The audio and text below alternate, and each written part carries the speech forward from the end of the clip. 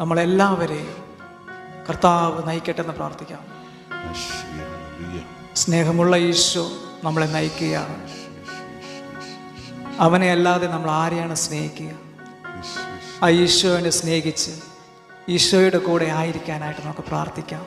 അവൻ്റെ സ്നേഹത്തിൽ വേറെ ആരെയാണ് നമുക്ക് സ്നേഹിക്കാൻ പറ്റണം? സ്നേഹം കൊടുത്താൽ തിരിച്ച് സ്നേഹം ഈ ഭൂമിയിൽ ലഭിക്കണമെന്നില്ല. സ്നേഹം തിരിച്ചു തരുന്ന ഒരേ ഒരാളുള്ളൂ, ഈശോ. ആ ഈശോയുടെ നാമത്തിൽ നമുക്ക് പ്രാർത്ഥിക്കാം. ഈ നിമിഷം ഈശോയുടെ നാമത്തിൽ നിന്ന് പ്രാർത്ഥിക്കാം. പ്രാർത്ഥിക്കുന്നതിന് മുമ്പ് തന്നെ ഒരു 2 വരികൾ സ്തുതിച്ച് നമുക്കൊന്ന് പ്രാർത്ഥിക്കാം.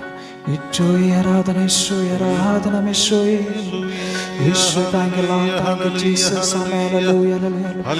ഈശോയെ ആരാധന, ഈശോയെ ആരാധന, ഈശോയെ ആരാധന, ഈശോയെ ആരാധന, ഈശോയെ ആരാധന, ഈശോയെ.